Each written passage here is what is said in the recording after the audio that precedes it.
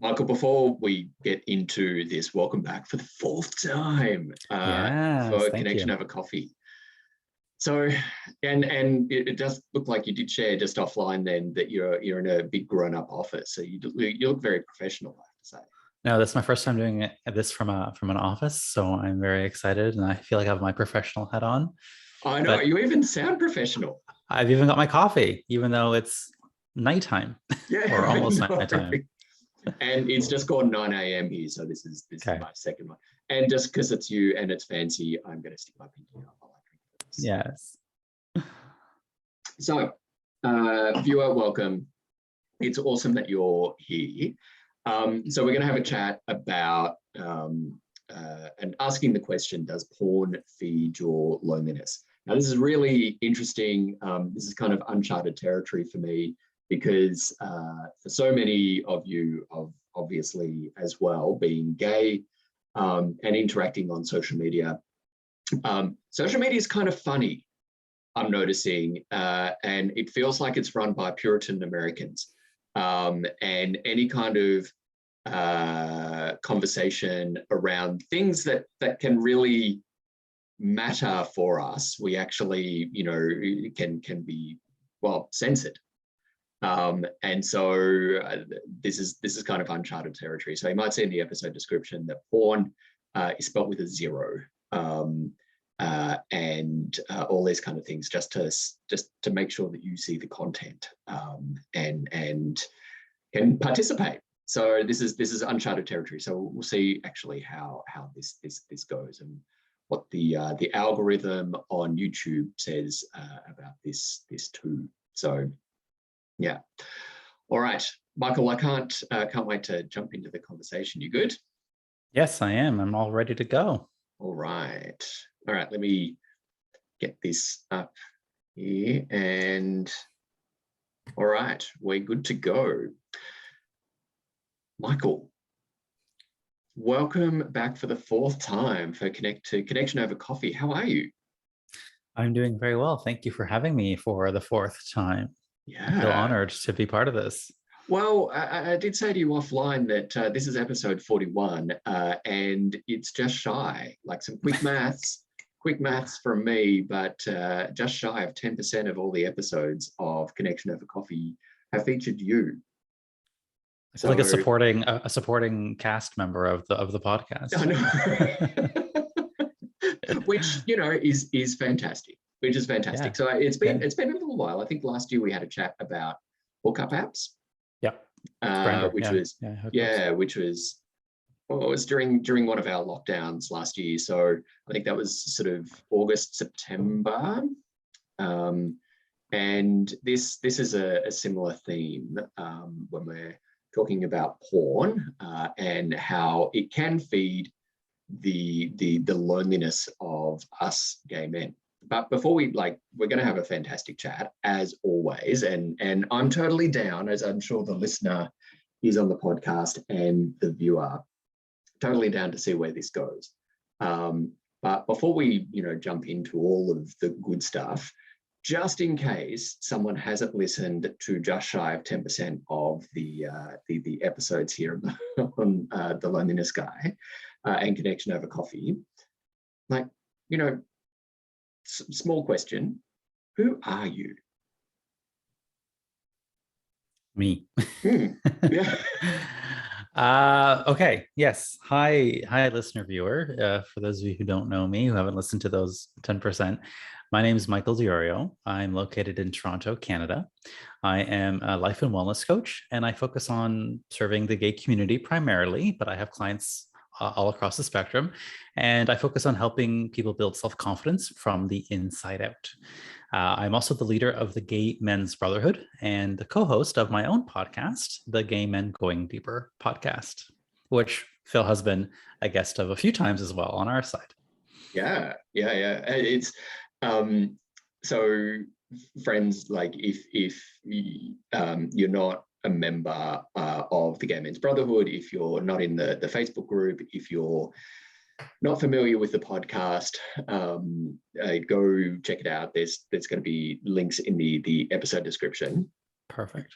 And as I said in the intro, I wrote a blog post on asking the question, does porn feed your loneliness? And one of the things that I talk about in there is porn literacy. And that was a point raised in a conversation by one of the other co-hosts, Matt Lancedo, on an episode, I want to say December last year, and on porn. And I feel we'll get to porn literacy, but if you've also got the blog open, scroll down to the point where it says porn literacy, and there's links to the episode that I've just referred to. There's links in there to Michael's work. There's links there to the Gay Men's Brotherhood. There's just links. It's linkorama in there, and because I'm really keen to make sure that you get access to really good stuff that I know will support you, because it also supports me as well. So, Michael, just short of world domination and just being just awesome, an awesome human and awesome at what you do, I'm very grateful for your time joining us for coffee, even if there are going to be consequences potentially later on in the evening for you in a lack of sleep. Oh, yeah. I'll be up all night tonight. Yeah. Totally. Yeah. So, right, to the issue at hand. And as I said in the intro and in the blog post, this topic and porn watching, porn consumption, I don't want to say porn obsession, but the compulsion to before we really know it, we've got Pornhub dialed up where and we're watching something. And this is a topic, this is an issue that has frequently come up in my interactions with my audience. And so, in my interactions with you, listener, my interactions with you, viewer, as the thing that most concerns you, and you kind of have this tension within yourself where that this is not serving you, but you don't know how to stop, or you don't know how to rein it in. You don't know how to, give it its place, for porn to have its place in your life that doesn't feel like it consumes you and rules you. And some of the responses that we get from when we do this, we talk about making pacts with ourselves. It's like, no, I'm never, right from like after you have like a big night of drinking and you have that hangover, and it's like, I'm never drinking again. Through to, well, I'll use it between the hours of 3 and 4 p.m. Every third Tuesday or something like that, just to kind of rein it in. But then you find yourself back to it. And the fear is there that how it feeds your loneliness. So this is what we're going to have a chat about today, is how it feeds our loneliness. And because I'm the loneliness guy, and I talk about, well, the antidote to loneliness is connection. And the core part of my work is all about the 3 pillars of connection. So connection to self, connection to those most important to you, and connection to community. And having all of those 3 strong makes us feel connected. So we're going to look at it through that lens. We're going to look at it how porn watching, porn consumption, porn kind of thinking, like how we can feed our disconnection from ourselves, from those most important to us, and to community. And then, as I said to Michael, for me, good sex means being able to flip it. And we're then going to look at it from another perspective, like how porn can feed our connection to ourselves, to those most important to us, and to our communities. So that's going to be the episode. That's going to be the chat. But because it's Michael, and because I'm me, we're like collectively awesome. We're like the Wonder Twins activating. And there's probably going to be highways and byways that we go down. That's all going to be good, some good stuff. So Michael just had a sip of coffee. If you can't see that on through the podcast, I'm going to ask Michael a question. I'll have a sip of coffee. Let's get settled in. Let's have a great chat. I'm ready. Yeah. Yeah. Excellent. Thank you. With all of that said, Michael, I want you to talk now. How can porn feed our disconnection? How can porn feed our loneliness? Let's start like from ourselves, in your view. Yeah. Well, I think I first want to say, before we even go there, that I'm not, and neither are you, because I read your blog. We're not anti-porn. This is not an anti-porn kind of episode, right? Like, I think I just want to mention that from the beginning. Yes. I think porn has a lot of benefits. It's great. It can be used actually as a means of connection, but we'll get to that later. So I just want to start off by saying that. Your question though, how does it feed our disconnection to self? Is that? Yeah. Yeah. Well, I think right from the jump already, there's a lot of people who have shame with respect to even watching porn, right? We live in a society, when you mentioned it's kind of puritanical or Puritan, where we're kind of shamed into thinking that masturbation is bad, having an orgasm is bad, doing it multiple times a day is bad, and watching porn often, whatever that might mean, is bad. So there's already that level there where if you're watching porn, regardless of whether it's once a week or 10 times a day, I hear this a lot. I work with clients, mostly men, and they eventually will tell me, I think that's exactly what this episode is about. This, like, I think I watch porn too much, but no one actually knows they do. They just think they do. And there's a lot of shame around that. So already, right from the jump, they have this relationship to porn that they think is immediately unhealthy. So I want to just say that, first of all, that needs to be just put on pause, because we all have a relationship with sex generally, and sexuality generally. Porn oftentimes is part of that relationship, and it can be a completely healthy one. So I think the first thing I can think of is how it disconnects us is we immediately have shame in the fact that we enjoy it or that we watch it. That's the first one. Yeah. I think that's really so insightful right there. Because in my mind, I'm in my mid-40s, and I can still, when I watch porn, I can still feel like it's the naughty thing to do, like the stories that I told myself about porn consumption when I was a teenager. Because still in my mind, so much of me is still that awkward teenager. And porn was something that you did, in the privacy of your room. That you didn't do porn, but like, watching porn, or back in my day, like before the internet. There was something before the internet. I know. Hi everyone, this is your grandfather talking. When I start to say words like back in my day, but yeah, it's like, and even then when I was growing up, like it didn't feel like there was too much gay porn around either, and so the porn I essentially read and looked at was straight porn, and it, one of the first signs for me was that I wasn't really looking at the ladies in those pictures and in those magazines.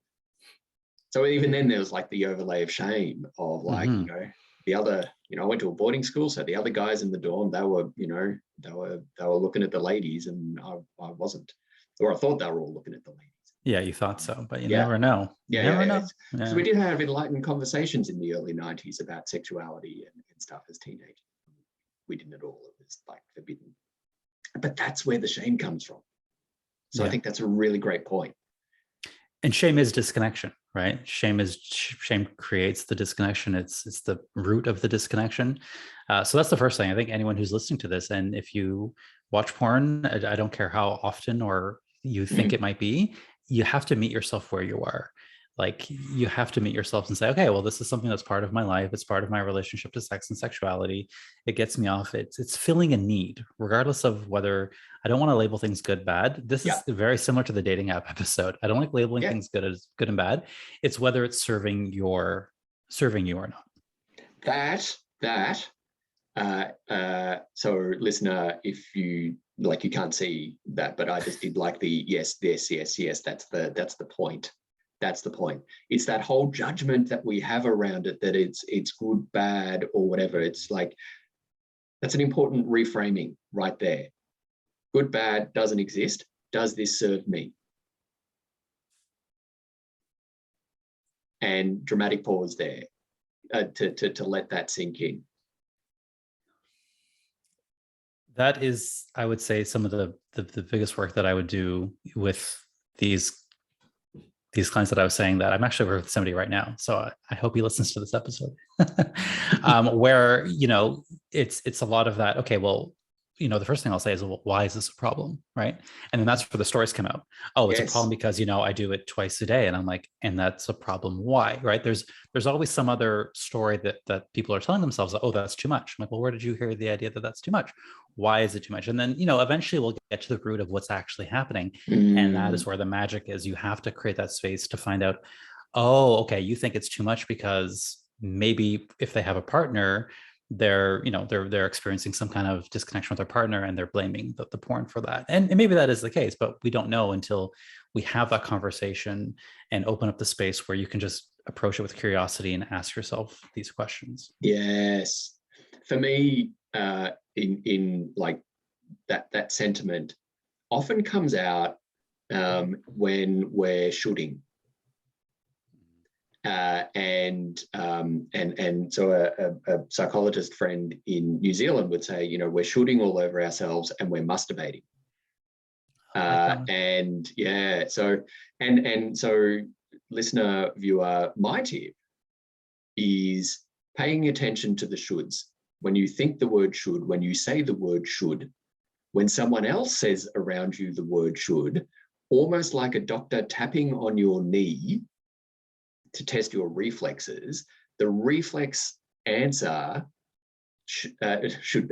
needs to be, who says? Yeah. I shouldn't watch so much porn.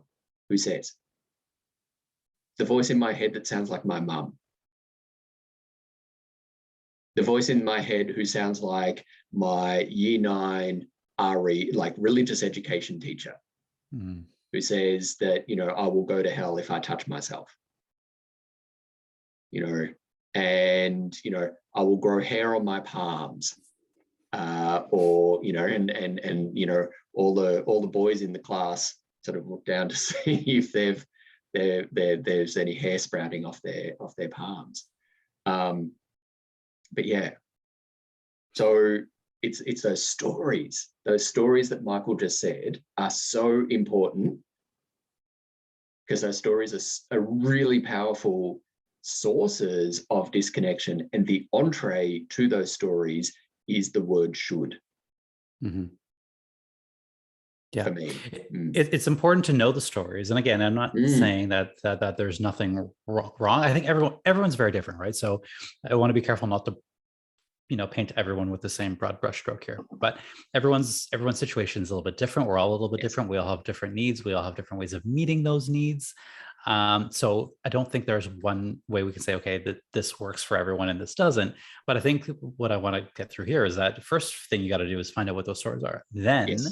Then we can start to determine, okay, now that we know the stories, we're going to look at them without any judgment, just curiosity. And let's dig deeper, right? Because there might be something. And I think what I see a lot of, I hope this is still under the same question, is people, when I say people, I do this too, or I've done this too, using porn or sex in general, not just porn, just sex in general, as a way to numb loneliness. right? Yes. So that happens a lot, and that might be the case. That might actually be what's happening here. But again, we don't know until we go a little bit deeper. But if you're using it to numb, and we don't just use sex and porn, we use food, alcohol, Yes. Yes. substances, work, whatever, Mm, lots of different things we can use to numb. But mm, then if you're using it to numb something like loneliness, that's where you want to say, okay, well, what happens then if you don't numb it and you just feel it and you just kind of sit with it, mm. right? If you are a listener, if you needed reminding of Michael's awesomeness and why he's now been a four-time guest, there it is. But you're right. And I often think of masturbation and porn can be almost not necessarily like numbing, but this is a conversation that I had with Justin Obersty just before Christmas about numbing and coping. And I was coming at it things like, how do you numb? And he's like, well, actually, in the great Justin way of like, well, there's numbing and then there's also coping. Yeah. Because like, one, like they're different. So that completely reframed how I look at this as well. And when times get tough, when things kind of become overwhelming, mentally, emotionally, physically, overwhelm is overwhelm. We go to things to cope, and we can go to things to numb, like the things that really are painful. Masturbation, using porn can be one of those go-to coping mechanisms. So in that episode, go and listen to it. But in that episode, Justin says that he goes and watches an episode of Friends. For some of us, and I'm just reflecting if that includes me too, for some of us, when things kind of get overwhelming, do we open Pornhub? Do we, tap open Tumblr or whatever it is, and then go and have a wank as a coping mechanism, because that's something that we've sort of been, that's been a constant there, since we learned how good it feels. I just wonder about that. And then it's the stories that sort of go and the shooting all over ourselves that can grow from that. And it works. Let's talk about that too, right? Like as a coping or numbing, whatever one it is, it works. Having an orgasm, the lead up, during, and after, your brain releases dopamine the entire time, which is like that beautiful chemical that we love and we want more of. It's the pleasure, it's the reward. Yeah. So we get to experience that, and it works. And of course, I think one of the benefits, I made a list of benefits of porn before this. One of the first things that I thought of for myself was stress relief. Right? Like sometimes exactly that example you said, sometimes that's exactly what I need to like unwind. Because also the other thing that happens after an orgasm is your parasympathetic nervous system it just tells your body, okay, chill. So if you're a little bit high strung like me sometimes, having a good wank, as you say, I love that word. I never use that, but I'm going to use it for you. Can help me just totally unwind, de-stress, and then I can kind of settle into my evening or whatever is happening. So, yeah, I mean, let's just call it what it is. It works. These things work. Now, I guess the difference is it the only coping mechanism? Is it the only thing you're doing? Do you rely on it, as the only way to meet those needs? I think that those are the bigger questions we have to ask. Yeah, and I think I'm keen to move on, but I think that's a really good point to sort of wrap that, how watching porn can feed our loneliness through the disconnection of self. It's like invites kind and honest conversations internally about why we're using it. Yeah. Without, and I really want to stress kind and honest. So kind and honest does not involve judgment. Kind and honest is, full of empathy and compassion for self. And, we tend to want to berate ourselves. And, when we kind of get stuck in those shoulds, like, I shouldn't do this. I should be a better person, and then having to like continuing to use this. Kind and honest, please. Michael, so the second pillar, connection to those most important to us. In your view, how does watching porn, or please give us the definitive answer to this. How can porn watching feed our loneliness in the sense of disconnection with those most important to us? Okay, yeah, this is a common one as well. There's two things that come to mind right off the top of my head. The first thing that I'll hear from people is that they'll be using it as an escape from their relationship issues, from potentially having to have a vulnerable conversation with their partner. So instead of doing that, obviously that's way too difficult. So instead, I'm just going to go watch porn here. It's nice and easy, even if it's, something I have to kind of do on the side and not tell them about if that's the case.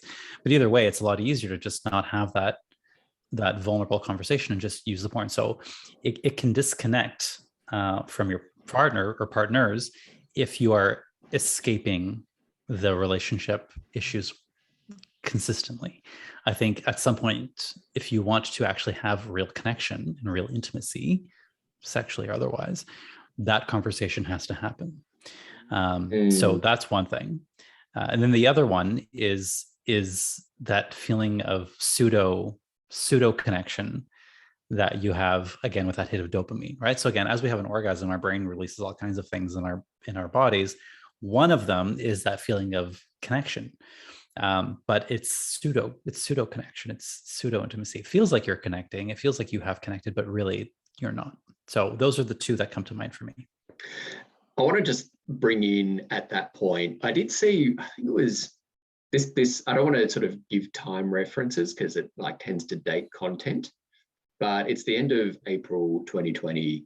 And yesterday, my time. 2022. Oh my God.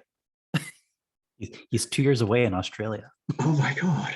It's like, yeah, I'm sure so many people resonate with that. We're just like, what year is it now? But anyway, so 2022. But so end of April 2022. And yesterday I saw on your socials like the five benefits of sex and like what it does for us. And I just want to flag that. So if you're listening to this, like, months and weeks down the track, and, you might even be listening to this 2 years time in 2022, and you,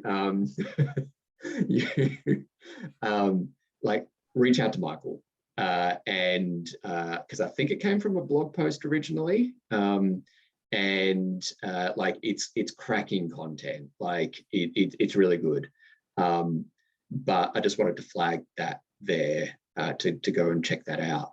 But one of the things that I want to sort of point to here as well is it goes to that avoidance of having the tough conversations.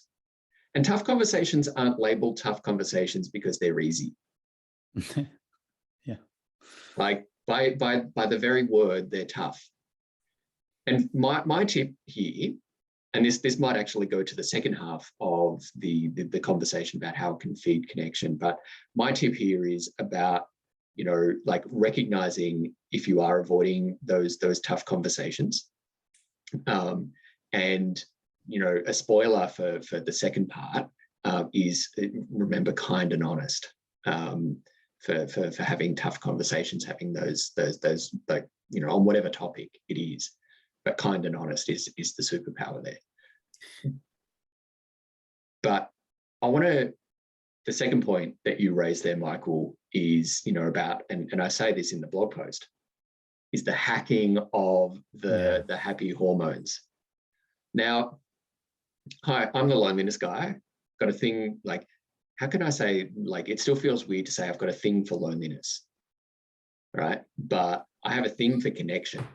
and we don't get the real connection until we actually admit that we're lonely and then do something about it. So, which is why, listener, viewer, just as a reminder of what I said in the intro, you're bloody awesome for being here, because this is like you've had to overcome with courage something in yourself that's like, oh no, this is wrong, this is bad. But yay, you're here. You're here for the conversation, and don't look now, but you're still here. So you've even like powered up in your awesomeness.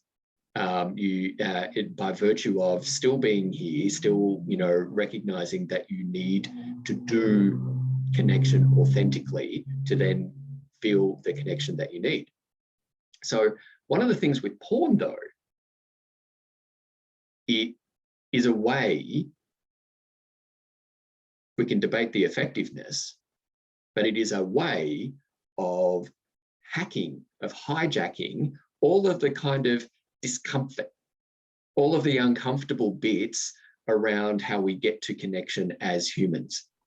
And so we get to connection as humans when we are seen, when we feel heard, and then we feel that we belong, right? And so if you can work out a way, like I have a pen in my hand right now, please, reach out on socials, send me an email, whatever it is,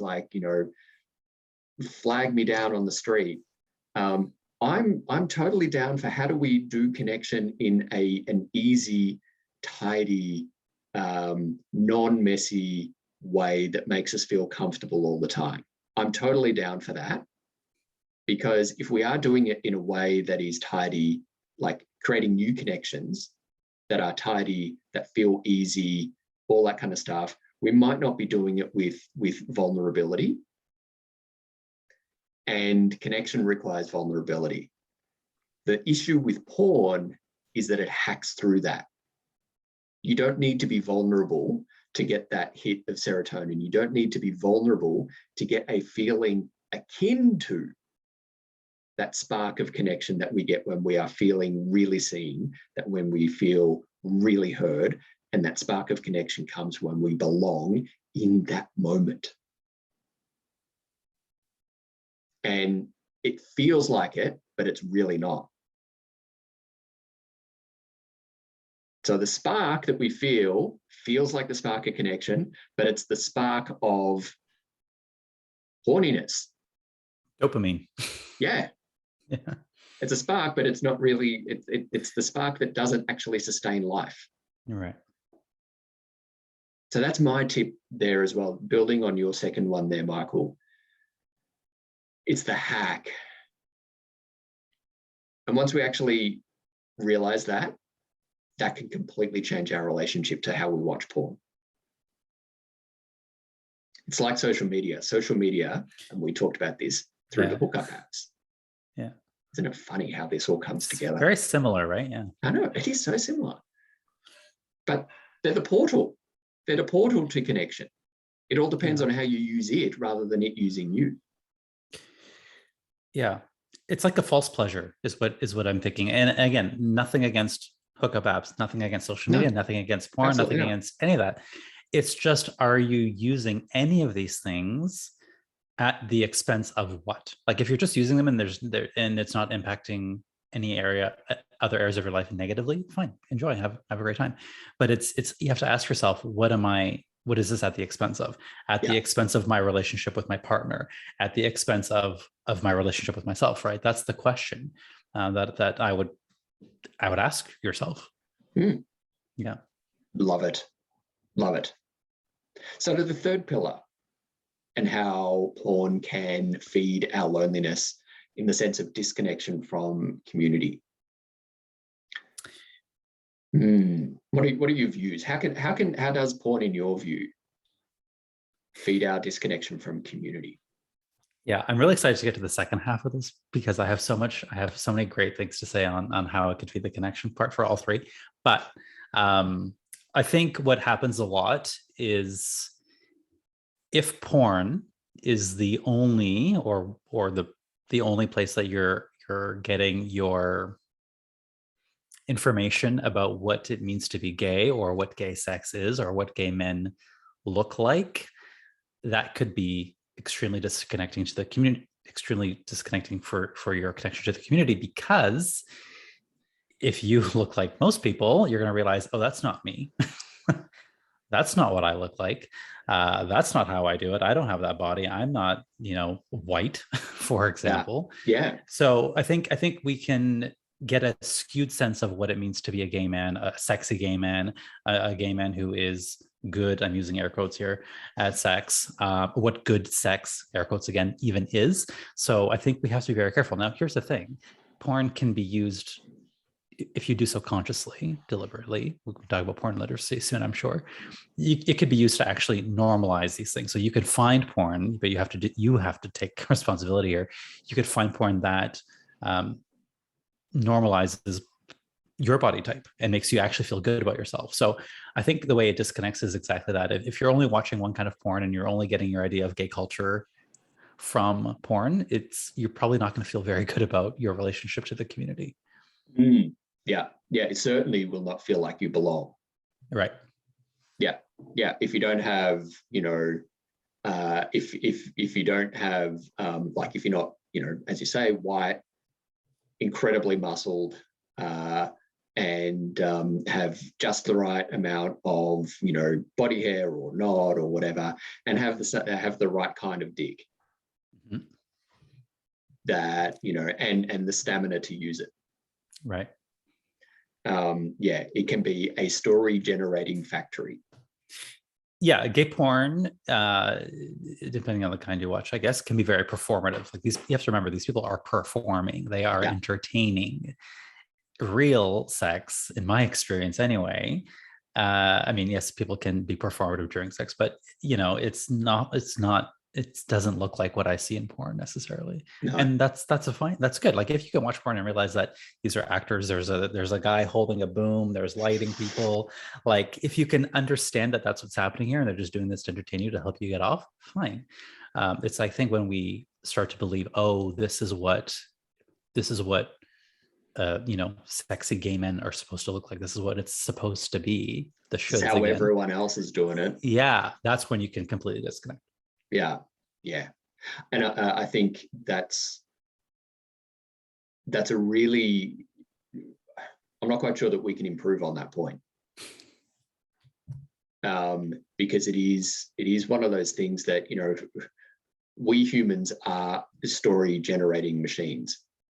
And because we're not, and those topics that we don't talk about overtly, we can generate stories that never see or hear the light of day, but just sort of rattle around in our own heads and turn into beliefs.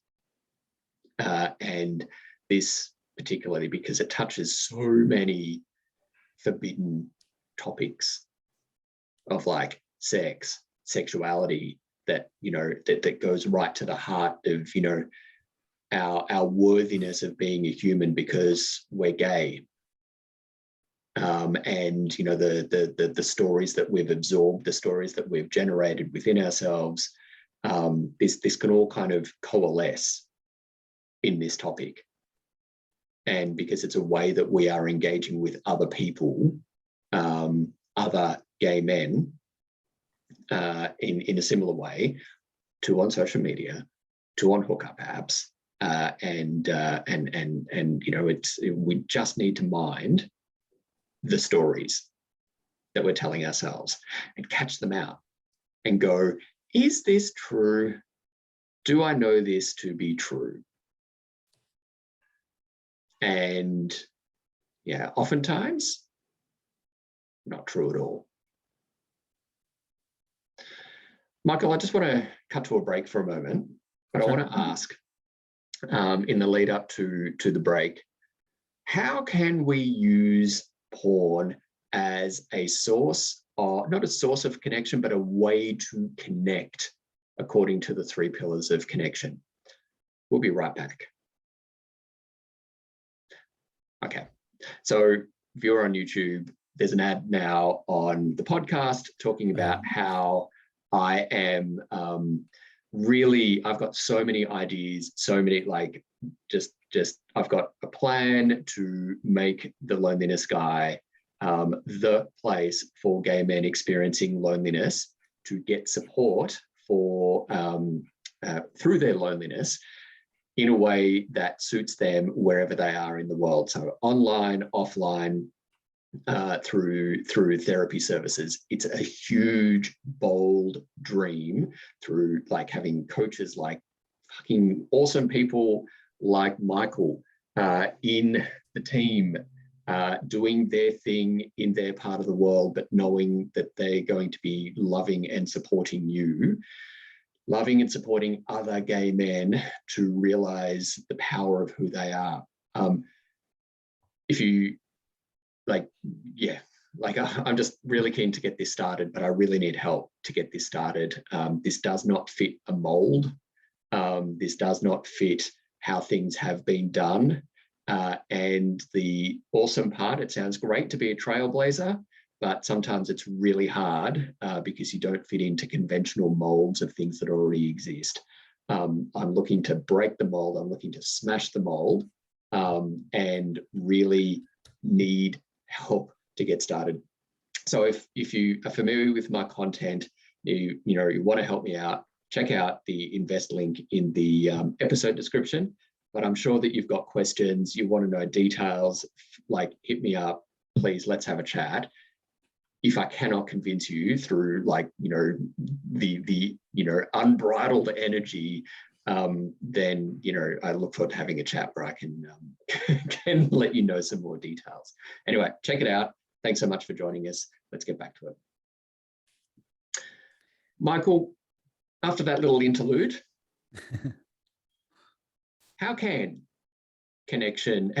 porn be a source of connection to ourselves? Okay, cool. Yeah, this is the fun stuff. So let me answer this first with a little story of my own relationship with porn. Like many people, I think, I started watching porn in my teenage years. We had the internet when I was a teenager. You're 22. I'm not that much young. Yeah. Yeah. So I kind of stumbled upon, I don't know how, but it doesn't matter. But what happened with me is I found porn, and it was just like, going down a rabbit hole. And as someone who was struggling with even identifying who I was or what I liked, and all that stuff that comes with coming out and to yourself, even when I found porn, it became a lot clearer to me. That's what I like. That's what I want. So I kept going back for it more and more. And you know how it is. You see it once, you got to go back. You get, all that good stuff. So it really did. Looking back, this wasn't happening at the time, of course. Looking back, I think of it as really helping me come out to myself. I wasn't having sex with men at the age of 13, 14. I was watching porn, jerking off fervently, thinking, okay, Michael, there's something here. Like, you like this. And then the other thing is that it educated me, like, oh, you can put that there. That can go there. Mind blown. Yeah. And then I'm like, okay, I need to try this, right? So in one way, looking back, it helped me come to terms. My relationship to sex and sexuality helped me kind of come out to myself. So that's one illustration. Then let's keep going. Once I actually started having sex with men, let's fast forward a bit. In real life, I still used porn, but it was a bit different. So then in that phase of my life, I was watching porn more so to fulfill curiosities, shall we say, that were perhaps less vanilla than what I was doing with my partners in real life. So the language I would use now is it was helping me discover my own fetishes, my own kinks, things that I was into that I didn't feel necessarily safe doing in real life with my partner. Or I felt a lot of shame around, perhaps, if it was something that I didn't think was appropriate, again, air quotes. So it helped me understand, oh my gosh, I'm into this. Okay, this is interesting. This is good. This is cool. And again, eventually I started, incorporating that into my real life sex practices. So those are two illustrations from my own real life that what I'm really trying to say is it can help you understand what you like, your desires. It's a safe place to do that. If you don't necessarily feel safe doing that with a partner, you kind of, the theme for today about curiosity is if you let yourself get curious and say, and I think secretly a lot of guys do this with porn, and women too probably, like we kind of do it in secret. So we're clicking on things that maybe we don't want our partners to see, or maybe we're like, oh my gosh, I can't believe I'm into this, or like, wow, I'm really into this thing that I didn't think I'd be into, but whoa, this is really hot and something's happening here. So letting yourself approach your own relationship with sex and sexuality through porn, it can be a gateway to having that better sexual connection with yourself. Not to mention all the educational things, like I said, that you can put that there. Yes, yes. And all that good stuff. So plus what we talked about before, stress relief. It could be a beautiful way I often use it to make myself sleepy. If I'm not able to sleep, it's a beautiful way to get me into a nice, comfy sleeping mood. So there's lots of ways, but I would say those are the biggest ones for me. Yeah, I echo that. And the word that's coming up for me beyond curiosity is exploration. Yeah. And for pretty much the precise reason that you said, it's a safe way to begin that exploration of a part of yourself. It's not a risk-free way of doing that, but it's certainly, as we're dipping sort of the toes in the water, so to speak, it's a way of going, yeah, actually, right, as I shared before, back in magazine times, when the page reloaded at the speed with which you could turn it, it was the realization that I was not looking at the ladies, and that was not what was getting my motor running. So one of the, I would say that it's a way, safe, imperfect though, but it is a way to mindfully sort of begin to explore things within ourselves, that then we can go, no, or no, not for me. But also, as you just said, Michael, like to begin to explore it, to do something like to incorporate that into, our sexual life, or indeed our life. So yeah, I think that's a really good way of, for me, looking at it. It's exploring the curiosity and exploring with curiosity, parts of ourselves, and then again, kindly and honestly going, that's interesting. That's interesting. What can that mean? Not definitive. What does that mean about me? Mm-hmm. Yeah. And, that's bad. That's good. Feeding loneliness, but we're feeding connection on this part.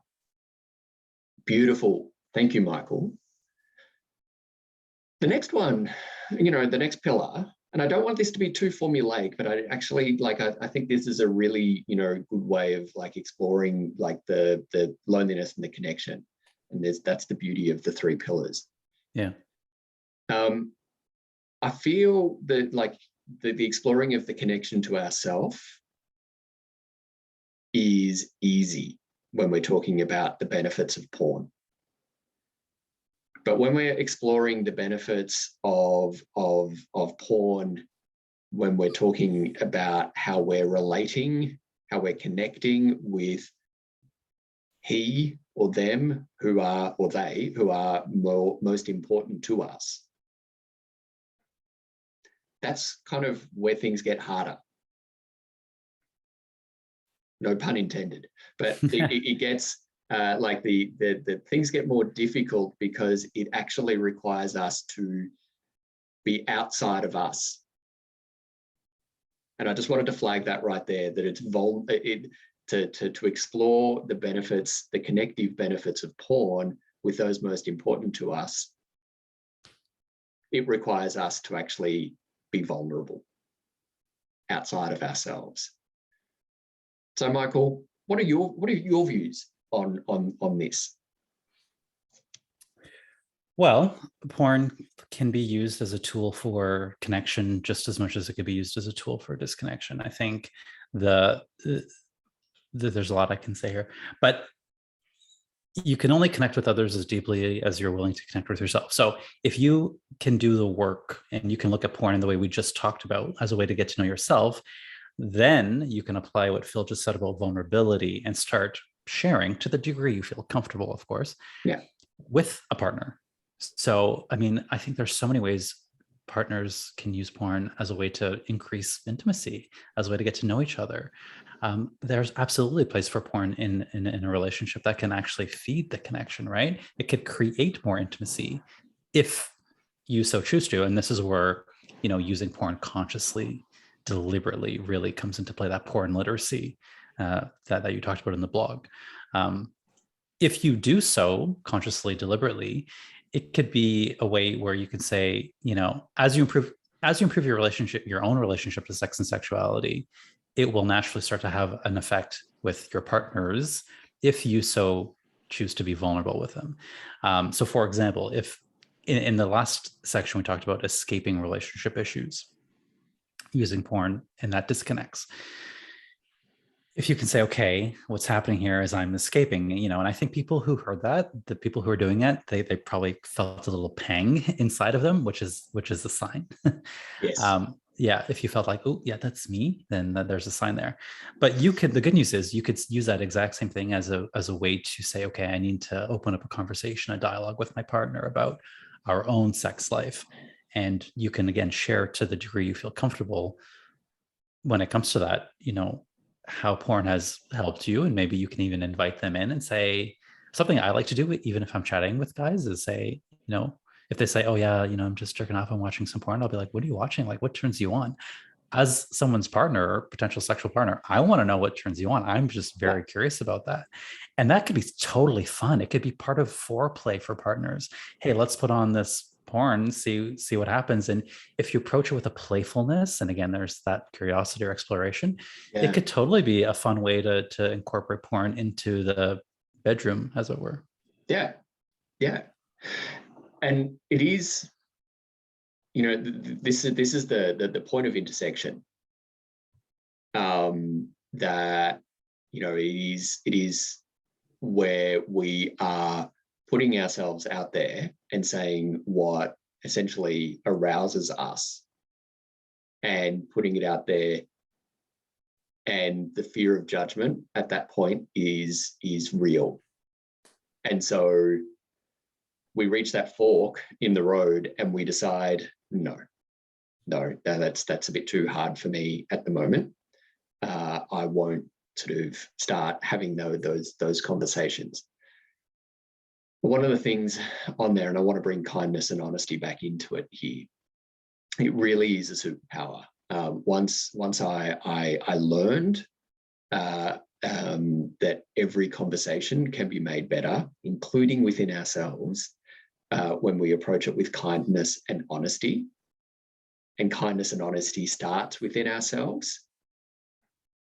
Like, you have absolutely no control over how the conversation goes. You've got absolutely no control over how the other person responds. You can always control how you turn up in a relationship, not in a relationship, in a discussion.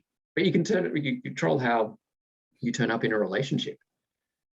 And kindness and honesty, oh my God, it is like if I could,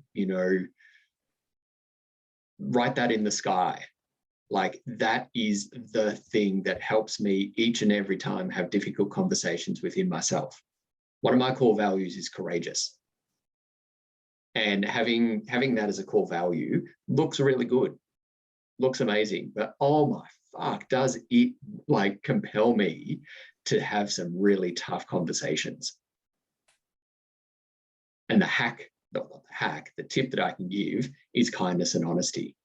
And so that kind of the lingering shame that we can feel, I shouldn't, I love you, but if I really love you and I really love doing the sex with you, then I shouldn't be, feeling, the need to look at porn. to watch porn. So, you know, if that's the narrative that's going on in your mind right now, or, you know, the discomfort that you're feeling somewhere within you, that's my acknowledgement. Like, acknowledge it.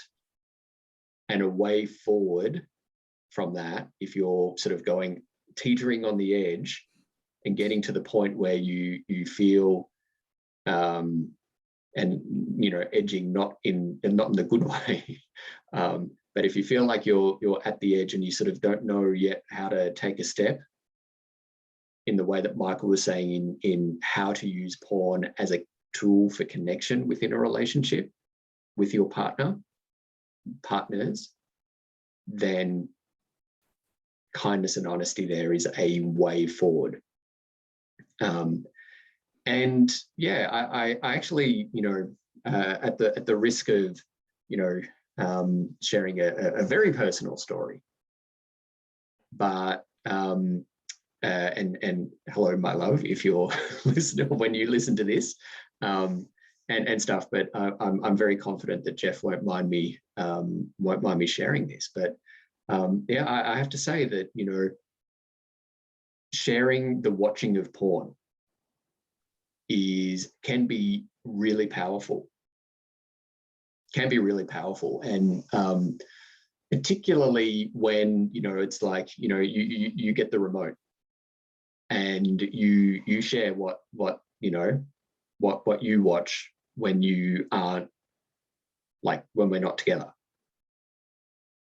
And one of the things that I really have learned is, like, you know, we are both into, like I don't know how to describe it, but, like, you know, well-produced porn.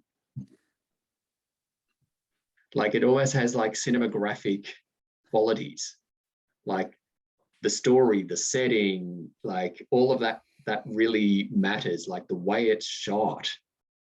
And, you know, seeing the connection between the actors, that to both of us is really, like, you know, important, rather than the transactional, which has its place, but the stuff that really sort of can bring us together is that, you know, where there's a story, where there's like not a backstory kind of stuff, like a but, you know, there's the actors interacting prior to and after, and, you know, being humans beyond the fucking, really. Can I, there's a great example here that example is really good, because we talked about vulnerability, right? So that, for many people, that the act of sharing with their partner, or anybody really, here's what I watch when no one's watching. That is a beautiful example of what it means to be vulnerable, of having that vulnerable moment. For the viewer listener who might not, who might have a different notion of what vulnerability means, I like to use Brené Brown's definition, which is basically emotional risk and emotional exposure. When there's an emotional risk of, let's say, you know, in that case, if it were me, I'd be like, if I share this with him, he's going to think I'm a pervert. He's going to think that I'm disgusting. He's going to be mortified, whatever that might be. That's the vulnerability. That's the moment there. And in order to get over that, you need to use courage to say, oh my gosh, I'm going to do this. I'm just going to share it. And hopefully, again, like Phil said, you don't get to control whether they're like, oh, great, or not. You don't get to control the reaction, but that's the vulnerability that can lead to a connection. And it can lead to the intimacy. So Phil, thank you for that example. Yeah, thank you. I'm going to be honest with you, Michael, and I'm going to be honest, as always, with the listener and viewer. Like, sometimes, you know, using Brené Brown as, like, you know, I think she's our collective intellectual crush. But also, one of the things, like, you know, I find myself sometimes wanting to do safe vulnerability. I want to be vulnerable enough in this podcast.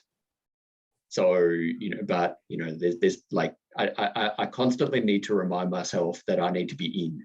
If I'm saying to you all, that, you know, this is where it's at. You need to show up. Fuck, I need to show up too, and show the way, show a way, because I'm firmly convinced that that's the way back to connection. That's the way through loneliness, and the way to connection. And, you know, when we're doing connection, some things can't be off limits. However, they can be off limits to everyone. They can't be off limits to everyone though.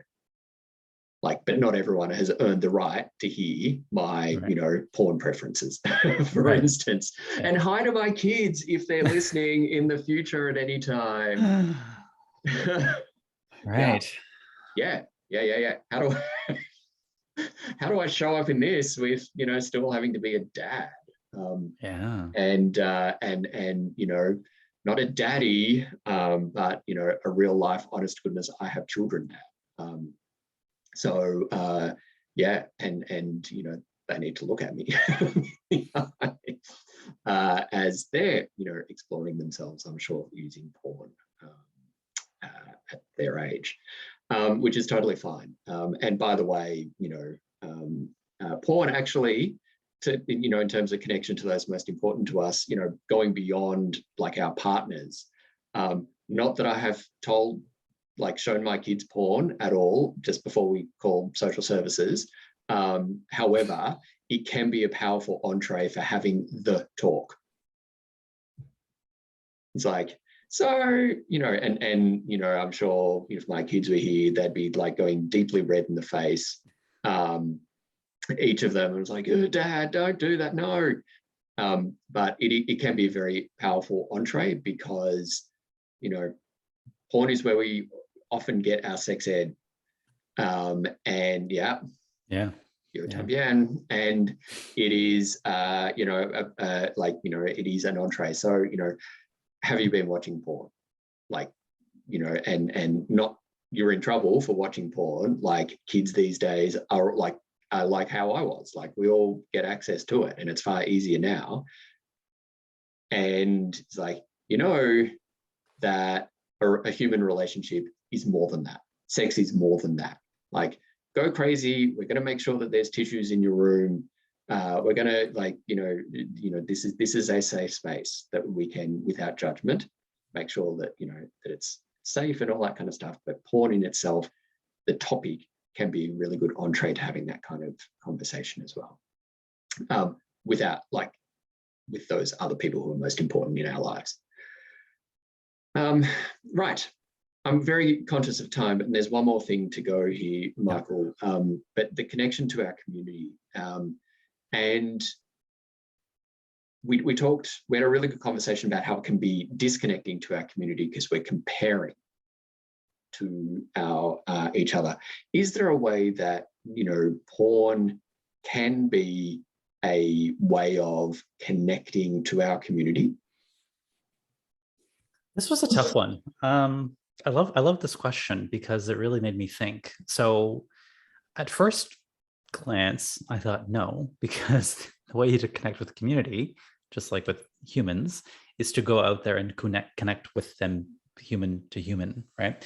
However, I think what I said earlier in the last bit about how it can disconnect with the comparing, you can also use it in maybe a more indirect way to connect with the community in if you deliberately choose to watch porn that is more affirming of different gender roles, you know, queer positive porn, porn that is racially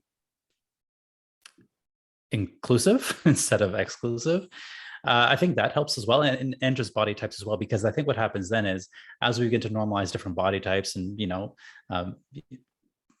different kinds of sex, I think that could help us just have instead of a very focused view of what gay culture is or gay community is, it really opens up our eyes to see, there's a lot here, and everyone is valid, and every type is valid, every size, shape of penis is valid.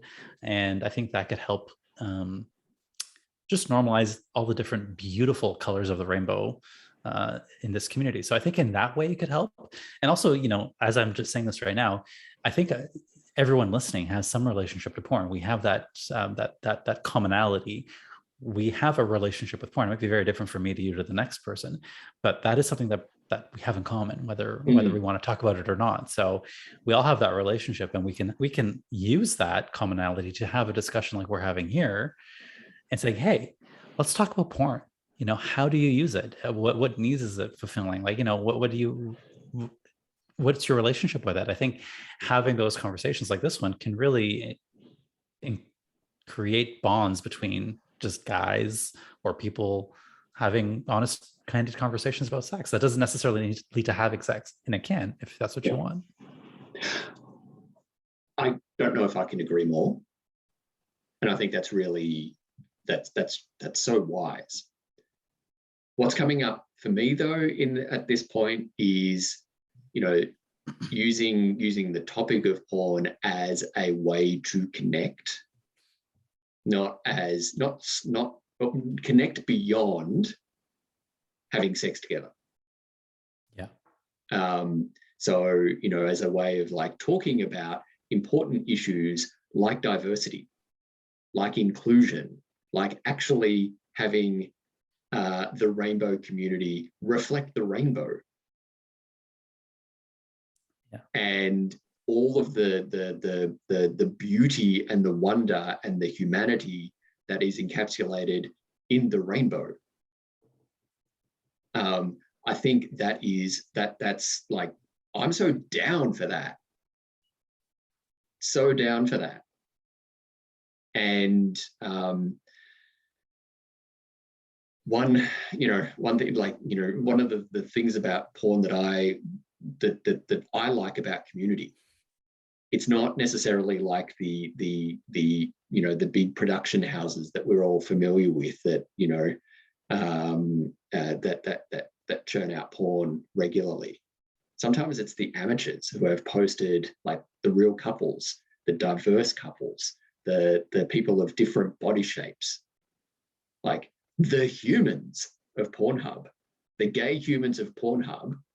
For me, are like, that's I like. First of all, I admire the courage of people putting that on there and sharing, because that's like a deeply vulnerable moment, and part of who they are. And I think there's some beauty in that, and it's worthy of honor and celebrating and things. Like, there could be a whole lot of other reasons that people post that. But I just want to say that that diversity, that inclusion, the honoring of the humanity of the community is so important. What's coming up for me though is sometimes it feels like we're not allowed to talk about that. We're not allowed to talk about that in social places, like on social media, where it can feel like the Puritans, who have a certain view of the world, and anything that doesn't align with that view of the world is wrong and must be shut down, cannot necessarily allow us to have that conversation in a kind and honest way, because it offends sensibilities. Yeah. Now, sensibilities are a very subjective term, and which then can go to feed the illicit nature of how we talk about this in a way that possibly doesn't serve the community. So that's sort of my observation beyond that. Like, totally down for the diversity, the inclusion of all shapes, size, colors, creeds. I think it's a beautiful thing and absolutely needed. Visibility matters. Language matters. Yeah. And what happens when we don't feel like we're seen and heard, we find ways of trying to be seen and heard. And oftentimes, so we feel that we belong. And we often look for that in ways that don't serve us, including with what gets us aroused, what, just because it is uncomfortable doesn't mean it goes away. Or you shut down, right? If you don't feel seen and heard, that's where the disconnection comes in. It's like, well, this is not my community. I'm not, here's gay people and here's me, and we're very different. We're very far apart. And that's more disconnection. Yeah. Something that I learned in recent conversations on your podcast, I have to say, that relearned, reminded of as well. Michael, I'll have all the links to how people can find you and your awesomeness. And regular listeners will know that we are in partnership, and they can access your services through my website. Yep. But have you got any final thoughts, observations? Like, so many. I know. Yeah, I think at the end of the day, I'm looking at the title of the podcast is "Does Porn Feed Your Loneliness?" So the person who clicked on this and said, "Oh, I want to know about this," I think the answer is maybe, perhaps, likely. But the good news is it doesn't have to, and the good news is it doesn't mean you need to give up porn completely. It's not a black or white kind of thing. There's a lot of context. There's a lot of nuance. I think what I would advocate for, no matter what, is that concept of being very conscious, mindful, deliberate, aware of your relationship with porn. Why am I going to this right now? What is it serving? Not judging, just understanding why, rather than, I think what happens a lot of is just this automatic thing. Like, I think a lot of people, again, myself included, would just watch it unconsciously. And I just want to make the unconscious conscious. Just let's take the unknown and make it known. And then from that space, you have so much power. And that's the work I do. That's the work I do with clients. I'm working with a client right now. Actually, this is exactly what we're working on. His action item for last week was to masturbate, to go the entire week if he's going to jerk off, and do so without watching porn. And I'm trying to help him activate his imagination, activate that sense of fantasy and play in his own mind. So yeah, I do this work, and I think it's a lot of fun. I love this topic, as you can see. And those are my final thoughts. It's just consciousness and bringing awareness without judgment. And listener, viewer, a reminder of why he's here as well, which goes to the point that what you've just described there is porn literacy. Or goes to the concept of porn literacy. One of the things that I said in that, just as a final thought in the blog post, was look at porn when you're not horny. Yeah. That wasn't mine. Jeff came up with that one. So all credit to you, my love. Well done. But yeah, like, just watch porn when you're not looking to shoot a load. For whatever reason. And what comes up? Can you look at it dispassionately? That's a great question. I'm actually going to use that as well. Yeah. Yeah. I love that. Yeah, I don't even want to answer it because I think there's so many different ways you could look at that I don't even want to put one out there, because they could be so diverse. And that's a fabulous question to reflect on to the viewer listener. Yeah.